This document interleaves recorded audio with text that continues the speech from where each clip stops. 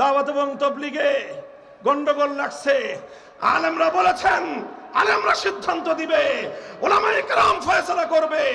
কারো ইজারাদারিতে দাওয়াত এবং তাবলীগের মেহনত ছাড়া হবে না। যেখানেই সমস্যা তৈরি হবে সেখানে উলামায়ে কেরাম সমাধান করবে। কথা বলেন ঠিক না বেঠিক? যদি ইসলামী রাজনীতি নিয়ে কেউ কোনো কথা বলতে চায়, জিভ টেনে ছিঁড়ে ফেলে দেওয়া হবে। দাওয়াত এবং তাবলীগের মেহনত আছে না নাই? এখানে উম্মতকে অনেক বিষয়ের প্র্যাকটিক্যাল শিক্ষা দেওয়া হয়। কথা বলেন ঠিক না বেঠিক? আমরা মাদ্রাসার মধ্যে যেই বিষয়গুলোর থিওরিটিক্যাল শিক্ষা দেই, যেগুলোর তত্ত্ব শেখাই, তাত্ত্বিক বিশ্লেষণ করি, তার অনেক বিষয় দাওয়াত এবং তাবলীগের মধ্যে। আল্লাহর রাস্তায় বের হয়ে সাধারণ মানুষ তারা এটার প্র্যাকটিক্যাল শিক্ষা পায় সেখানে গিয়ে। কাজেই তালিমে হিকমতের একটা গুরুত্বপূর্ণ জায়গা হলো দাওয়াত এবং তাবলীগের মেহনত। কাজেই